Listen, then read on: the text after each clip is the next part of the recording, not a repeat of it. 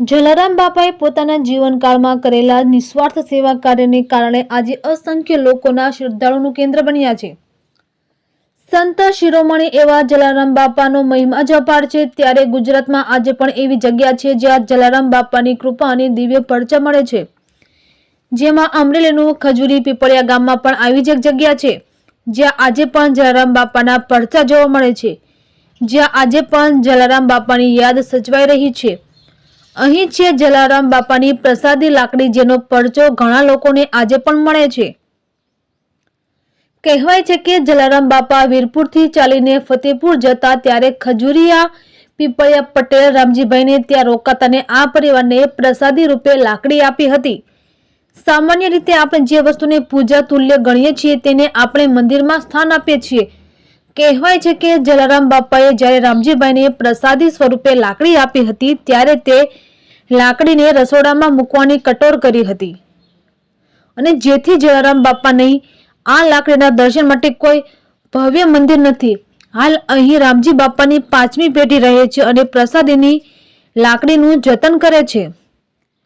આ ઘરમાં દેવી દેવતાઓની મૂર્તિ કરતા આ લાકડીની પૂજા સવિશેષ છે, મહત્વ છે.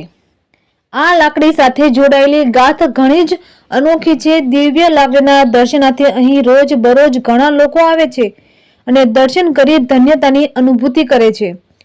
અહીં દર્શનાર્થે આવવાવાળા લોકોને આપવામાં આવે છે દૂધની પ્રસાદી. ગમે તેટલા લોકો અચાનક જ એક સાથે આવે, પરંતુ આજ દિવસ સુધી ક્યારેય પ્રસાદી ઘટી હોય કે ખૂટી હોય તેવું બન્યું નથી. અહીં લાકડી પર ઘી ચોપડવાની એક પરંપરા છે. જે પણ ભક્ત જલિયાણા જોગીના દર્શને આવે છે તો તેમનો કદી પણ ખાલી હાથ નથી જવું પડતું. બાપાની કૃપાથી અહીં તમામની મનોકામના અચૂક પરિપૂર્ણ થાય છે. આ લાકડી ચમત્કારી છે. તમે વેતથી તેને માપો તો દર વખતે માપ અલગ અલગ આવે છે. દર સોમવારે અહીં ઘીની માનતા સાથે અનેક ભક્તો આવે છે.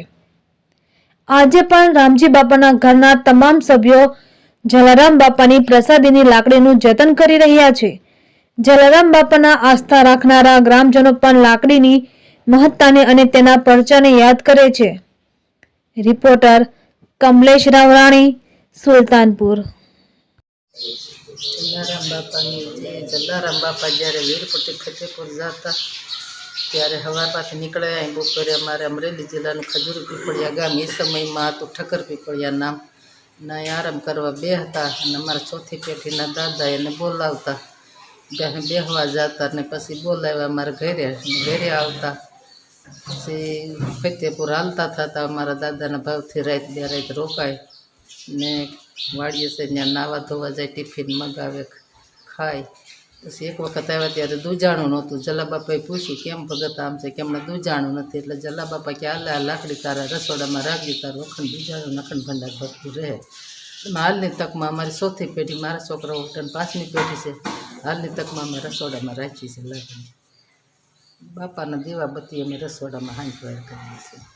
જય જલારામ બાપાની.